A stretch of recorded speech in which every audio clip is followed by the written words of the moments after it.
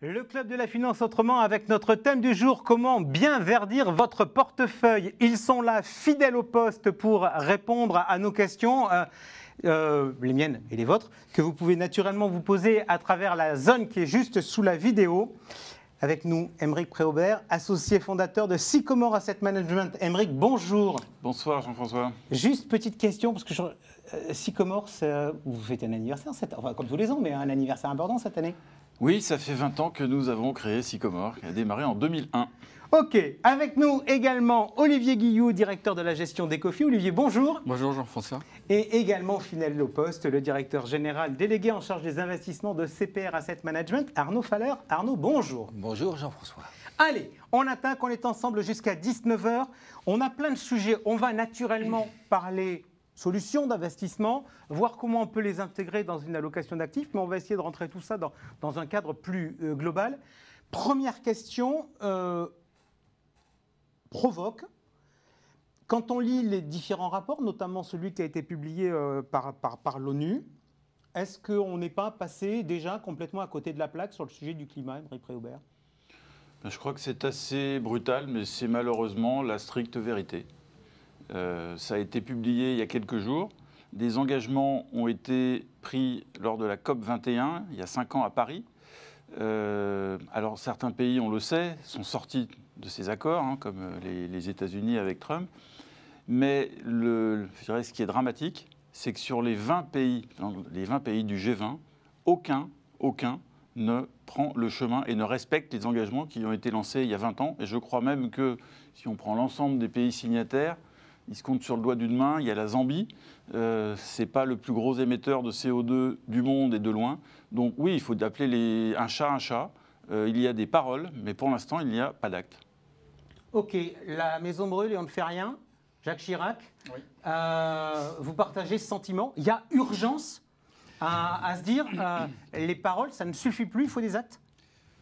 Olivier Guillaume. Non, il y a beaucoup de choses qui ont été faites, mais il y a des retards qui ont été pris. La crise Covid n'a pas eu de phénomène d'hystérésis. Donc, effectivement, il y a des retards. Il y a pas mal de pays qui sont en retard. Je crois que l'Angleterre n'est pas très loin du compte. Mais c'est un des rares pays. Mais voilà, donc non, le travail devant nous. Oui, alors les parties prenantes, c'est vrai que les États ont pris des engagements, mais malheureusement, ils ne les tiennent pas toujours. Alors, c'est qui les autres parties prenantes? Évidemment, c'est les entreprises et ensuite la sphère financière. Les entreprises commencent vraiment à bouger. C'est-à-dire qu'on n'y est pas encore tous, évidemment, mais il y a certains, quand même, qui montent en puissance, qui prennent des engagements, donc il faut les saluer. Et puis, côté finance, il y a quand même, malgré tout, un peu de l'alignement sur aussi bien les fonds de pension, les assureurs, les sociétés de gestion, et les banques un peu après, mais grosso modo, il y a une manifestation de dire oui, il faut qu'on fasse quelque chose parce que chaque jour qui passe fait que ce qu'il y aura à faire devant nous sera encore plus difficile. C'est-à-dire, si vraiment on ne prend pas les mesures maintenant, plus tard, ça sera dramatique. Il faut commencer plus tôt et s'y tenir. Alors, les investisseurs, vous parlez des sociétés de gestion. Je vais rester avec vous, Arnaud Faller. Je voudrais qu'on regarde un peu, et on va faire un tour de table pour voir les situations de collecte sur les produits qu'on va qualifier de climat dans vos offres. Est-ce qu'aujourd'hui, vous sentez une appétence et une réaction positive de la part des investisseurs sur ce thème? Autrement dit, vous, par exemple, vous avez une gamme thématique.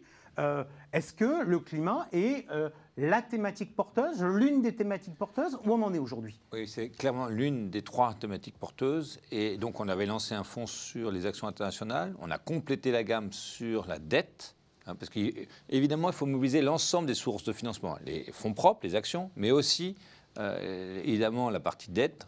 Et donc en zone euro, et puis on l'a complété aussi par des actions spécifiques à la zone euro pour avoir le statut PEable.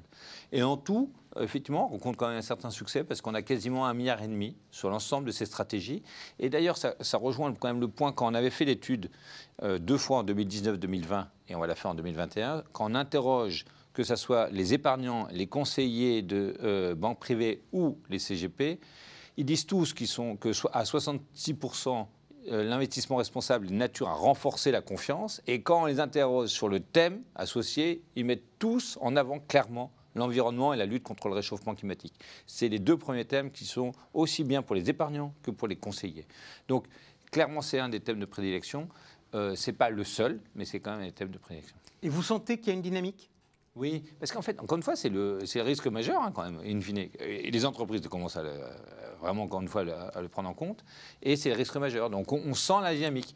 Ce n'est pas forcément linéaire, mais on sent clairement la dynamique. Ça atteint peut-être plus certaines fonctions de la population, mais clairement, c'est quand même quelque chose de assez puissant. Olivier Guillou, l'offre aujourd'hui, on va rester sur cette thématique de la souscription de la part des investisseurs. Déjà, question sur l'offre. Lorsque je regarde, il y a un produit qui porte clairement le nom, c'est Ecofi Agir pour le climat. Produit diversifié. Oui, donc c'est un produit qu'on a construit suite à la COP21 à Paris. Et donc, c'est un produit qu'on a essayé de calibrer à la fois sur l'aspect, je rejoins ce qui a été dit, sur l'aspect capital et l'aspect dette. Donc, c'est un produit diversifié qui a un des rares fonds qui a les triples labels, solidaire, ISR et Greenfin. On y reviendra tout à l'heure. Et effectivement, de ce côté-là, avec l'émergence de la loi PAC, c'est un fonds qui retient l'attention et qui a de l'intérêt pour... Donc, tout est climat, c'est analysé à la fois sur la partie action et sur la partie taux, vous mettez que des green bonds? Bien sûr, c'est limité au green bond. Ok, il y a des réflexions pour... parce qu'on se dit, on vous connaît sous l'approche solidaire, on se dit que le climat, c'est un peu en cohérence avec les valeurs d'Ecofi. Il y a des réflexions pour avoir d'autres produits chez vous? Déjà, Ecofi, on s'intéresse au climat depuis déjà un certain temps. Dans notre politique ISR, on intègre ces problématiques. En septembre, là récemment, on a revu un peu notre politique, ce qu'on fait quasiment tous les ans. Et donc, on a pris des engagements très forts pour justement améliorer la dynamique climat et porter un message qui va dans le sens de la trajectoire et de la transition écologique et énergétique. Votre sentiment sur l'appétence des investisseurs sur cette thématique climat? L'appétence, elle est assez forte, puisqu'il y a, en termes de marketing et en termes d'offres produits, il y a quand même beaucoup d'offres qui se présentent. Mais au-delà des fonds, je voudrais insister sur les investisseurs institutionnels qui nous confient des mandats institutionnels. Et de ce côté-là, le mouvement s'accélère, puisqu'il y avait des obligations réglementaires sur l'article 173 de publication d'indicateurs. Et là, on va vraiment dans le détail des investissements, donc ça s'accélère fortement. Parfait. Aymeric Préaubert, si on regarde aujourd'hui la dynamique de collecte chez vous, donc on connaît la gamme thématique, on a plein de produits, Happy at Work notamment. La solution verte, c'est? Alors, la solution verte climat s'appelle Éco-Solutions, mais je peux dire qu'au sein de notre gamme de fonds, la gamme thématique, effectivement, a une bonne dynamique depuis plusieurs années, et cela se confirme en 2021, avec une collecte très nettement positive sur ces fonds, le gain également de mandat sur la stratégie climat. Alors ce n'est pas monothématique, il y a évidemment le fonds climat, mais nous avons d'autres sujets qui sont intéressants et importants. Il y a un fonds sur l'éducation qui est un petit peu nouveau, il n'y a pas énormément de produits sur ce thème-là, qui est évidemment un thème de croissance majeur pour l'avenir. Il y a un fonds sur l'impact sociétal positif, le fonds Happy at Work que vous avez cité, et puis également un fonds qui a été pensé dans la suite de la crise du Covid sur la création d'emplois. Et là aussi, on pourrait en parler longuement, ce n'est pas simplement créer des emplois, mais des emplois qualifiés dans des zones où il y a peu d'emplois. Donc il y a toute une métrique là aussi, et je pense que c'est ça le plus important. Et c'est ça, je crois, qui explique l'attrait de nos investisseurs pour le fonds en particulier Éco-Solutions, c'est qu'il est assis sur une méthodologie dont on a déjà parlé ici, qui s'appelle la NEC, Net Environmental Contribution, qui essaye de saisir de la manière la plus objective possible ces sujets qui sont extrêmement complexes. Alors, on va, si vous voulez bien, ouvrir. Vous avez utilisé le terme métrique, donc je vais le garder. L'un des sujets, quand même, c'est d'essayer d'avoir de la donnée, d'essayer de mesurer des choses, parce que on disait tout à l'heure qu'on avait des paroles, qu'on n'avait pas toujours forcément des actes de la part des pouvoirs publics, mais on a besoin, pour que les choses bougent, d'avoir des chiffres. Alors, l'ANEC, je dis ça, je montre aux internautes qui nous regardent l'intérêt de faire des émissions récurrentes avec les mêmes invités, c'est qu'on peut vous écouter une fois, suivre ce que vous nous avez dit et puis ressortir les papiers. Donc, l'ANEC, c'est un indicateur que je retrouve dans tous vos reportings. Qu'est-ce que c'est en pratique ? C'est une méthodologie qui a été développée donc en interne par Sycomore. Ça fait maintenant plus de 6 ans que nous travaillons en consacrant beaucoup de moyens humains. Nous avons également été aidés par des consultants, on n'a pas raison tout seul, pour essayer, je dis bien essayer parce que ces sujets sont extrêmement complexes et on n'a pas trouvé une réponse subitement, mais d'appréhender cette notion de climat de manière assez globale. Ce que je veux dire par là, c'est que quand on parle climat, et souvent les entreprises s'en tiennent au CO2. Et effectivement, c'est une composante extrêmement importante des sujets environnementaux qui commence à être assez bien quantifié, c'est quelque chose qu'on arrive à mesurer, mais il n'y a pas que ça. Et c'est tout l'intérêt de l'ANEC, c'est d'avoir une approche, bien sûr, sur le CO2, mais également sur la biodiversité. Là, c'est un très vaste sujet, on pourrait passer une émission entière là-dessus, et c'est assez compliqué de le mesurer, mais nous travaillons avec d'autres sur ces sujets-là. C'est la qualité de l'air, c'est la pollution des sols, c'est le recyclage. Donc il y a tous ces thèmes qui sont prises parce que je ne pense pas qu'on peut réduire l'environnement au climat. Et c'est tout le sens de cette méthode qui s'appelle l'ANEC. Cette méthode, je trouve que le résultat dans le reporting de votre fonds ou la méthodologie, les résultats sont accessibles Non, on passe beaucoup de temps à expliquer comment on travaille. Alors évidemment, le modèle est décliné par secteur, puis par entreprise. On ne regarde pas les mêmes choses sur une banque, une société de services informatiques et un producteur d'aluminium, hein, ça c'est évident. Donc il y a beaucoup de cas par cas là-dedans. Il n'y a pas de réponse globale et simpliste. Et l'autre point, c'est que notre souhait, c'est que cette méthodologie soit utilisée de la manière la plus large possible et devienne progressivement un standard. Donc déjà, nous avons un certain nombre de consultants qui déploient cette méthode chez leurs clients, qui souhaitent eux-mêmes avoir un diagnostic un petit peu plus holistique de leur impact environnemental. Et l'idée, c'est de mettre en open source, c'est ce qui est le cas, cette méthode pour qu'elle soit utilisée le plus largement possible. Ok, Olivier Guillou, je viens vers vous, puisque je dis que la dernière fois, on avait parlé rendre des comptes, on avait dit, mais il faut regarder les reportings, donc je regarde les reportings. Sujet de la trajectoire climat des investissements d'Ecofi. J'ai Ecofi Agir pour le climat, donc vous présentez dans chaque reporting 6 indicateurs clés, donc pardon, mais notre sujet du jour étant le climat, je ne vais pas regarder le partage de la valeur économique, mais je vais regarder les 2 premiers, c'est-à-dire les émissions de gaz à effet de serre et l'alignement avec le scénario 2 degrés, c'est-à-dire les accords de Paris.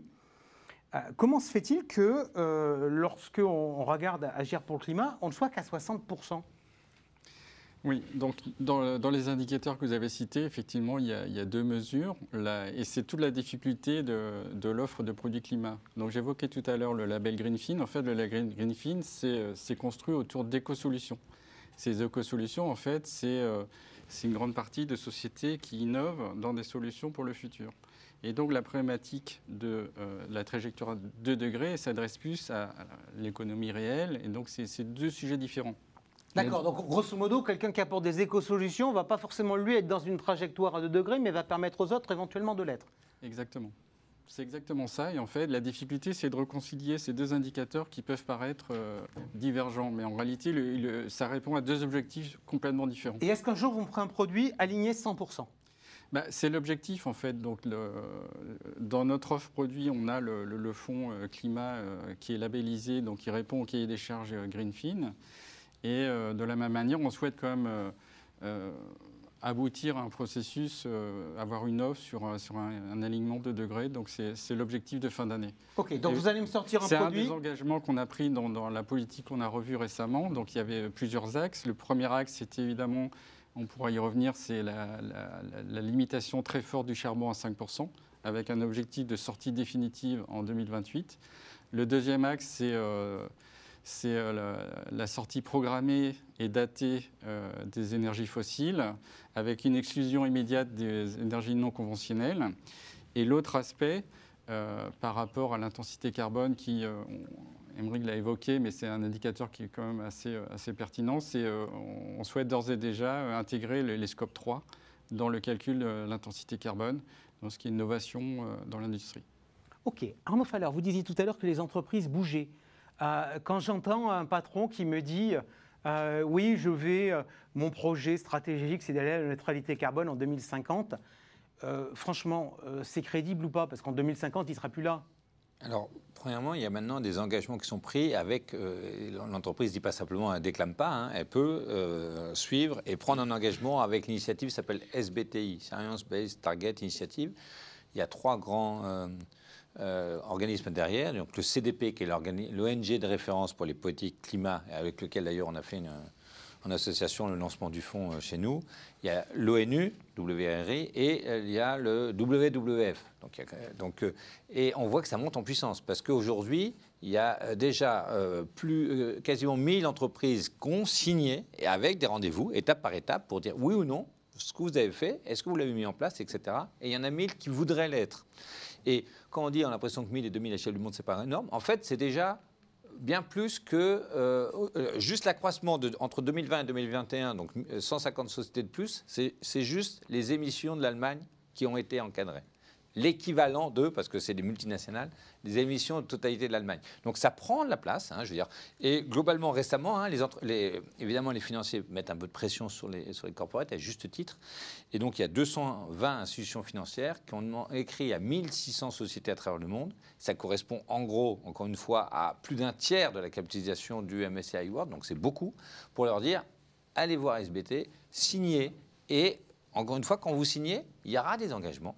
Et ça, effectivement, si le patron, il n'est plus en 2030, la société qui a signé pourra être redevable de cet engagement. Olivier Guillou, vous, dans votre trajectoire, puisque vous changez votre stratégie pour intégrer une trajectoire... On ne la change pas, on la renforce. Vous la renforcez pour rentrer à la trajectoire 1,5 degrés. Quand un patron vous dit 2050, vous dites c'est sympa ou vous dites je veux des engagements avant ? On revient à la thématique. Il y a des choses dont on sait qu'elles sont possibles sur 2050. Il y a des choses dont on sait qu'elles sont impossibles. Donc il y a des voies sans issue, notamment le charbon. Donc on a fermé cette voie sur le charbon. Après, on a besoin d'énergie de transition, dont on sait pertinemment qu'elles sont polluantes, mais on en a besoin pour justement accéder à cet objectif de 2050. Ok, on va revenir sur le sujet. Arnaud, je reviens vers vous pour vous poser une dernière question, parce que on entend beaucoup des mots qu'on comprend d'ailleurs pas toujours forcément. On entend parler d'intensité carbone et de budget carbone.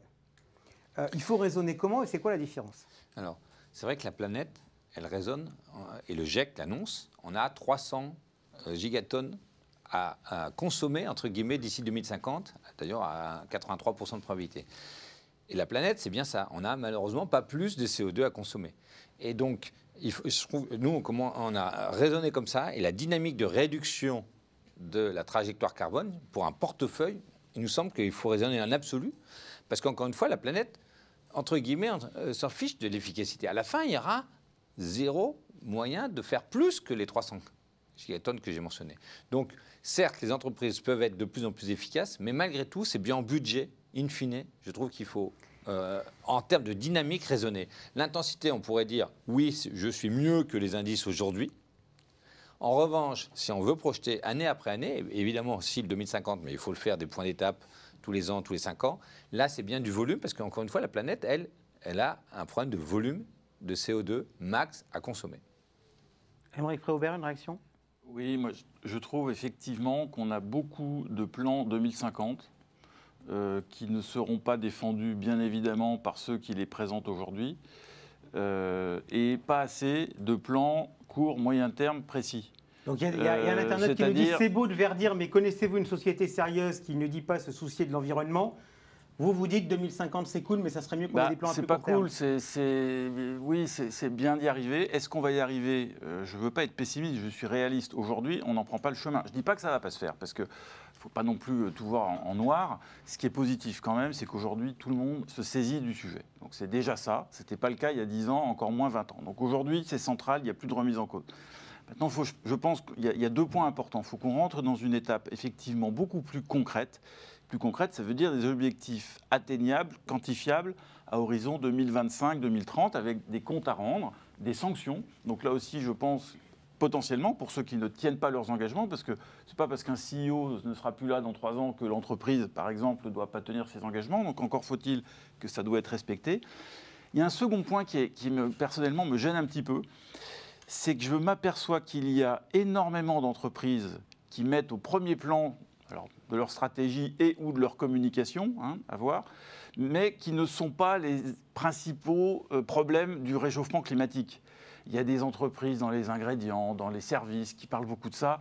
C'est bien qu'ils prennent, mais ce n'est pas eux qui sont le cœur du problème.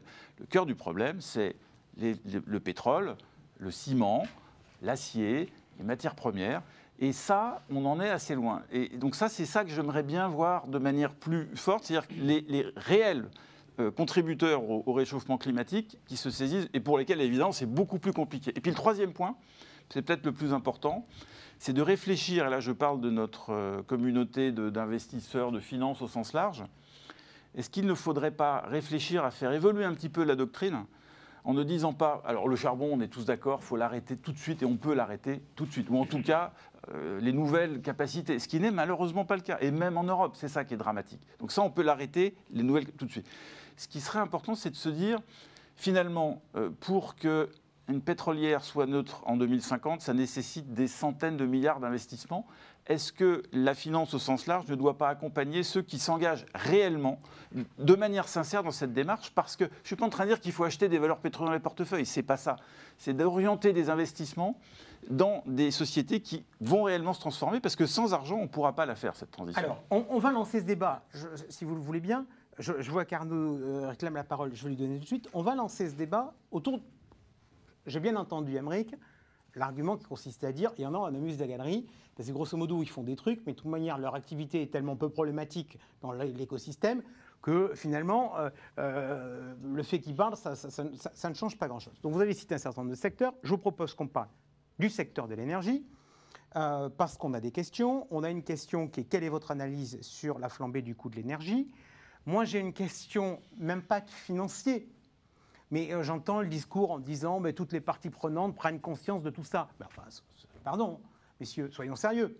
Vous avez une flambée des prix du pétrole actuellement. Tout le monde est en train de gueuler parce que les prix du pétrole augmentent. On devrait dire les prix du pétrole augmentent. Si vraiment on voulait défendre le climat, eh bien voilà, c'est comme ça. Ça a un coût. Et il ne faudrait pas que le gouvernement passe son temps à essayer de trouver des solutions pour dire... finalement, on va tenter de limiter le mouvement. Est-ce qu'on n'a pas une sorte de schizophrénie? Je rebondis sur votre histoire d'exploration. En introduction, on dit, ouais, le rapport de l'ONU, il montre qu'on est complètement passé à côté de la plaque, qu'on a complètement dérapé. Est-ce qu'à un moment, il ne faut pas dire stop? C'est-à-dire de dire, il faut arrêter l'exploration et prendre des solutions, pardonnez-moi l'expression parce qu'elle est à la mode actuellement, plus radicales que ce qu'on a eu auparavant. Donc, qui attaque sur le pétrole? Parce que je pense que ça va y aller. Tout le monde a des avis là-dessus. Oui. La question, c'est est-ce que les pétrolières sont vraiment le problème ou est-ce qu'ils font partie de la solution? C'est-à-dire que nous, on considère qu'il faut faire appel à toutes les forces parties prenantes, y compris les pétrolières. Ça ne veut pas dire ne pas leur dire arrêtez de financer, projetez-vous sur effectivement à 5 ans, 10 ans, etc. Mais on a besoin des pétrolières pour qu'eux aussi réallouent vers des énergies décarbonées. Et ils le font petit à petit, alors pas tous au rythme qu'il faut, mais par exemple, on sait très bien qu'une des solutions à terme, faut vraiment pour arriver à la net zéro, c'est clairement l'hydrogène. À horizon 2050, sans hydrogène, aujourd'hui, on n'y arrivera pas. L'hydrogène produit par du renouvelable. Produit par du renouvelable. On n'y arrivera pas. En fait, on peut tourner tout ce qu'on veut, et on n'y arrivera pas. Un peu de nucléaire, alors ça s'appelle l'hydrogène jaune, et l'hydrogène vert, c'est quand c'est produit par le nucléaire. Mais par exemple, quand on voit la Total a investi récemment aussi dans des plans d'infrastructure liés à l'hydrogène.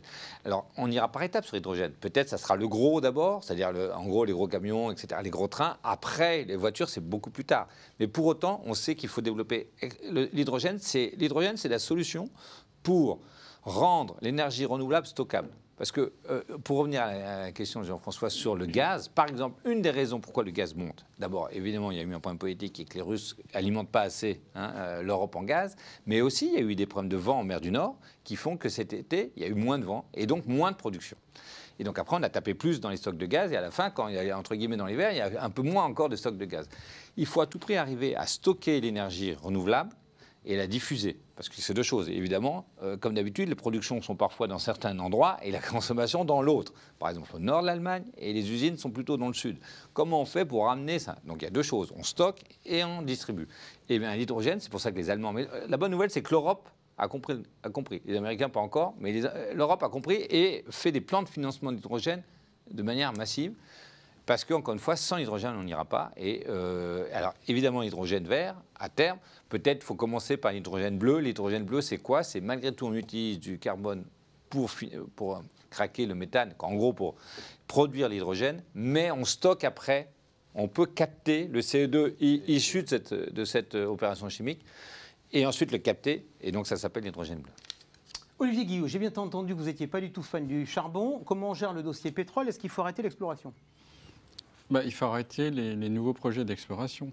Après, la trajectoire 2050, elle se fera avec le pétrole, mais il faut limiter les effets négatifs. Il faut surtout que les entreprises, qu'on ait des points d'étape, par exemple en 2030, sur la trajectoire, les engagements pris. C'est-à-dire qu'il faut garder cette dynamique de transformation de l'économie. Et c'est vrai qu'on parlait récemment de... Lorsqu'on traite d'une manière générale la problématique climat en tant qu'investisseur, il y a une solution très simple d'avoir des bonnes performances et des alignements à 2 degrés, c'est d'éviter ce qui salit ou ce qui pollue. Mais ça ne répond pas à une solution globale. Donc la question, c'est aussi de financer la transformation de l'industrie et les efforts budgétaires, les plans d'investissement des États doivent contribuer à cet état. Il y a aussi un problème, c'est que le temps des prix de l'énergie n'est pas du tout le temps de l'évolution du mix énergétique et de la transition. Il y a exactement 1 an et demi, le baril de pétrole aux États-Unis avait un prix négatif. Alors ça n'a pas duré longtemps, mais ça montre un petit peu la stupidité des prix à court terme. Là, le gaz a atteint un niveau encore historique, le pétrole a dépassé les $80. Donc face à ça, est-ce qu'il faut stopper tout de suite les nouvelles productions? Là, je ne pense pas, parce que, en tout cas, pour les 10 ou 20 ans qui viennent, je ne dis pas les 50 ans qui viennent, mais les 10 ans qui viennent, c'est factuel. La consommation de pétrole, elle est stable, voire légèrement décroissante dans les économies développées, mais elle continue de progresser dans le reste du monde. Et donc, globalement, le monde consomme plus de pétrole et en consommera plus dans 5 ans. Alors, par exemple, le Covid avait fait une baisse très forte, mais c'est parce que tout était arrêté. Mais dès 2022, on va dépasser le record de 2019. Donc face à ça, si les pétroliers, je dirais les big oil, ne font rien, ça va être les sociétés nationales, qataries, saoudiennes, qui vont faire le lien. Et avec... en parallèlement, des crises majeures sur le prix, bien pire que ce qu'on peut voir en ce moment. Donc mon point n'est pas de dire continuons à forer, ce n'est pas un problème, c'est de dire malheureusement cette transition se joue sur des décennies et sur les 5, 10, 15 ans qui viennent, on a besoin, alors après il faut évidemment choisir les projets, c'est pas faire du non conventionnel, c'est d'essayer, mais on a besoin de cette poursuite de production, parce que si on ne fait rien, on le sait aussi, c'est mécanique, un champ de pétrole, il s'épuise chaque année de 3, 4, 5, ça dépend des zones, 7, des fois c'est 15%. Et donc si on ne fait rien, la production va inexorablement s'arrêter et on ne pourra pas couvrir ses besoins, je dirais à horizon moyen terme, à 10-15 ans. Le secteur pétrolier a une caractéristique, c'est des très forts rendements, notamment pour maintenir les cours de bourse et attirer les investisseurs. Est-ce que vous, en tant que société de gestion d'actifs, vous seriez prêt à dire on est prêt à vous soutenir, on short le dividende par 2 et en revanche, tous ces moyens qu'on a récupérés, on les alloue à accélérer la transition énergétique de ces boîtes-là? Parce que si on prend par exemple l'exemple de Total, il y a eu de vrais débats. C'est-à-dire, on a dit, ouais, ok, ça bouge, mais peut-être pas assez vite. Est-ce qu'aujourd'hui, il ne faut pas accélérer le mouvement? C'est un peu brutal de dire, non, je ne vais pas être hypocrite en disant, oh ben non, ce n'est pas important le dividende, vous pouvez couper le dividende. Je ne peux pas dire ça. Par ailleurs, mais c'est un sujet hyper important, par ailleurs, dans un monde aussi volatile des prix de l'énergie, un groupe ne peut pas s'engager en disant, je vais maintenir mon dividende ou je vais donner dans 3 ans. Donc, pour prendre l'exemple de Total, ils ont fait quelque chose d'assez, à mon avis, bien construit, en disant, tant que le baril n'est pas à tel niveau, on aura tel versement de dividendes. Ensuite, il peut y avoir une progression du dividende tout en gardant comme contrainte un montant d'investissement extrêmement important. On parle de plusieurs milliards, voire dizaines de milliards sur les 4-5 ans qui viennent, vers les énergies renouvelables. Donc je pense que la réponse, ce n'est pas de dire on coupe complètement le dividende ou on verse tout, c'est d'avoir une équation financière qui n'a pas changé, c'est-à-dire un équilibre bilanciel. C'est d'avoir une orientation des investissements majeurs, et ça j'espère que tout le secteur va... Total est un petit peu en avance là-dessus, mais il y a beaucoup qui ne font pas grand-chose. Je ne parle même pas des Américains qui font rien, enfin quasi rien. Donc il faut qu'il y ait cette orientation vers des investissements renouvelables, je dirais ce tampon de poursuite, d'exploration, mais à un niveau ralenti pour les quelques années qui viennent, et puis également la rémunération des actionnaires. Je conclurai en disant que la bonne nouvelle, c'est que quand on a des prix de l'énergie fossile qui sont aussi élevés qu'aujourd'hui, il y a plein de projets renouvelables qui deviennent rentables, voire hyper rentables. Donc il y a, et ça c'est je pense une nouveauté depuis, c'est pas cette année, mais depuis quelques années, le photovoltaïque, l'éolien, demain l'hydrogène, ont des modèles économiques qui sont viables et qui peuvent être soutenables. Parce que sans ça, ça ne marchera pas, évidemment. Deux choses, effectivement, d'abord. Encore une fois, quand je dis qu'on a besoin des pétrolières, c'est parce que c'est eux qui ont les moyens. On adore les start-up, mais c'est en complément. Il ne faut pas croire qu'on va réussir uniquement avec les start-up sur ce point. Donc ils ont des moyens, on voit bien les capacités de financement sont fortes. Et après, c'est pas évidemment, il y a le point du dividende, mais il y a aussi le point de la valorisation. En bourse, en fait, une société qui va vers l'énergie renouvelable, aujourd'hui, se paye plus que les sociétés pétrolières. Donc, in fine, le PE de ces sociétés-là va monter. Si en gros, une pétrolière augmente le poids des renouvelables, indépendamment du dividende, va voir sa valorisation monter parce qu'on accordera un PE plus fort là-dessus. Ok, on parle de valorisation, j'enchaîne sur le sujet. Je reste avec vous, tiens, Arnaud. La stratégie européenne qui repose sur la taxonomie verte, c'est grosso modo de dire on va flécher les financements vers les entreprises bien. Je simplifie le système. Franchement, est-ce que c'est une spécificité européenne, ce choix-là? Est-ce que ce choix, ça a du sens quand on est dans un environnement à taux zéro? C'est-à-dire, est-ce que finalement, la réduction du coût du capital et du coût du financement via la taxonomie est suffisante, ou est-ce que finalement, dans l'environnement de taux zéro, ça pèse que dalle? Non, après, la taxonomie européenne, il y a deux choses. Il y a effectivement, j'incite l'ensemble de la sphère privée à y aller plus, mais que ça soit sphère privée et publique au passage, parce que malgré tout, il y a eu des plans d'infrastructure en la matière.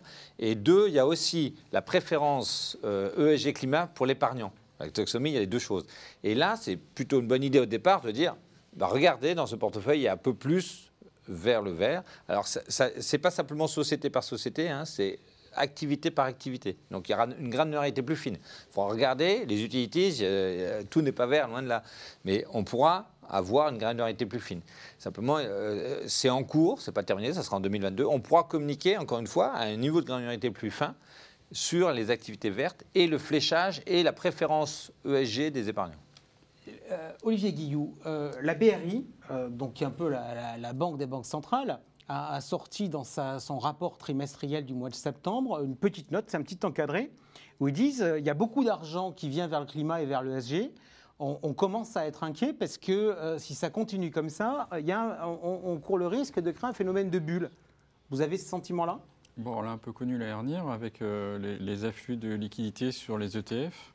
Ça s'est un peu résorbé, mais globalement, c'est pas le deal de l'année, c'est un deal 2050, donc ça va se réguler. Après, effectivement, il y a ce qu'il faut éviter, c'est que on ait des greenwashing finalement. Le terme est lâché, c'est que tout le monde se repeint en vert et que les objectifs réels de réduction des gaz à effet de serre soient un peu noyés dans un espèce de magma couleur vert. C'est ça le sujet. Le sujet, c'est de garder l'objectif. Le début de l'année a été difficile en termes de performance pour les fonds verts, très clairement, puisqu'effectivement, il y avait eu un petit mouvement fortement haussier et qui s'est corrigé. Comment ont réagi les clients, Olivier Guilloux? Chez vous, il y a eu des inquiétudes ou il n'y a pas eu du tout d'inquiétude? Des inquiétudes, on espère avoir pu répondre à ces inquiétudes, mais c'est vrai qu'il y a eu quelque part une légère déception, mais globalement, c'est ce que j'évoquais à l'instant, on est dans une trajectoire de croissance, de supplément de croissance, je dirais, par rapport à l'économie, on va dire, globale, et donc ça reste pour nous des véhicules d'investissement qui sont porteurs et qui pour le coup, en termes d'éthique financière, d'intérêt financier par rapport à l'objectif qu'on évoquait, sont utiles. Il y avait clairement une bulle, hein, comme vous l'avez dit en fin d'année dernière, début d'année, sur les startups, justement, sur les pure players.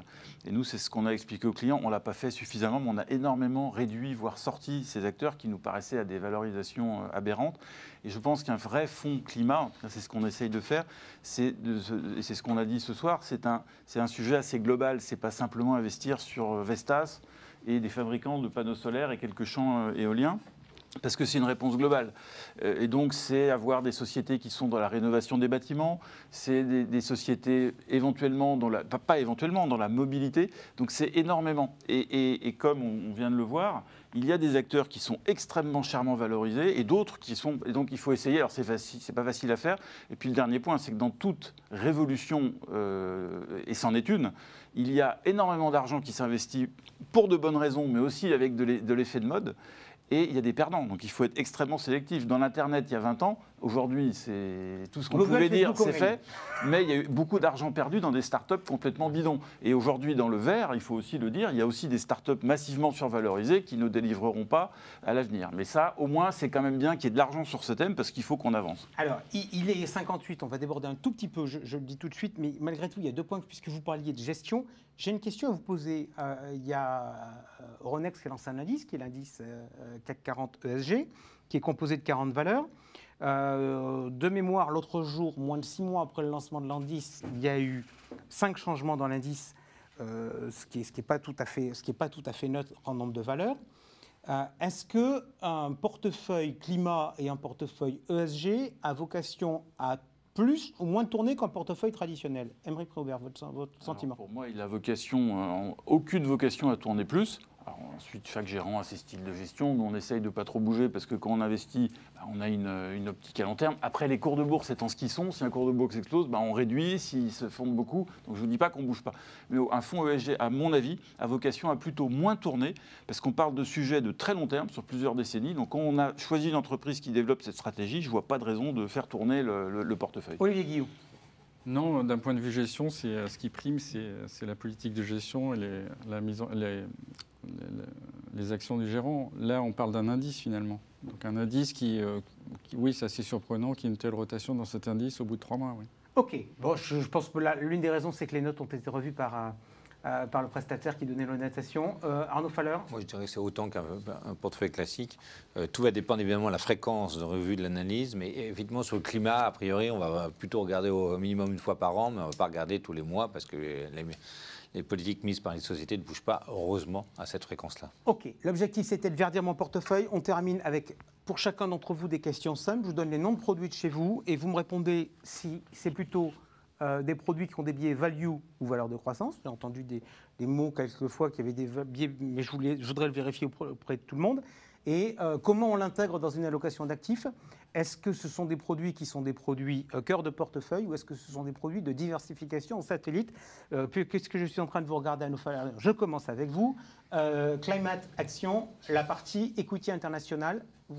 C'est plutôt un fonds cœur de portefeuille, clairement, parce que d'abord, encore une fois, tous les secteurs potentiellement sont dedans, sauf le charbon, mais les valeurs énergétiques peuvent être dedans.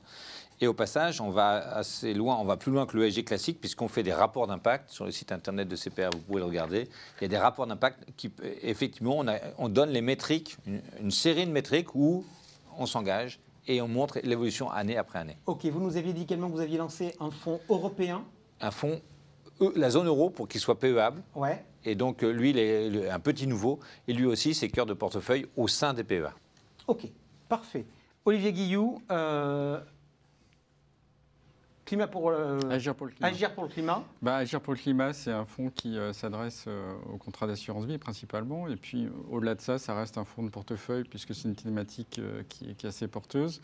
La trajectoire est plutôt portée sur des valeurs de croissance, on l'a bien compris ce soir, complétée par une allocation, on va dire, sur des green bonds, où l'attrait, en fait, c'est de réguler un peu l'allocation du portefeuille et puis c'est embarquer également l'ancienne économie pour justement donner on en a parlé ce soir, d'accompagner la transformation écologique énergétique. Écosolutions. La réponse est très simple, c'est un fonds très diversifié en termes sectoriels, mais c'est un fonds qui a un biais croissance, ça c'est clair. Est-ce que c'est de la diversification du cœur de portefeuille? Pour moi aussi, c'est très clair, c'est du cœur de portefeuille, parce que c'est en l'occurrence une tendance de fond qui va durer des décennies, où il y a de la croissance, donc c'est clairement un cœur de portefeuille. Maintenant, moi, je dirais que ma recommandation est de dire qu'il ne faut pas avoir qu'une seule thématique, parce qu'il y a des effets de mode, il y a des rotations. Donc les fonds thématiques au sens large ne sont pas de la diversification, sont un cœur de portefeuille, mais il ne faut pas en avoir qu'un seul. Ok, merci à tous les trois d'avoir répondu à ces questions. Je conclurai avec un message à votre attention. On m'a dit, pour commencer ce débat, que finalement, les pouvoirs publics et les politiques avaient annoncé beaucoup de choses et n'avaient pas fait grand-chose. On va être clair, si on veut que les choses changent, nous faisons partie des parties prenantes. C'est aussi peut-être à nous d'essayer de faire bouger les choses. Merci d'avoir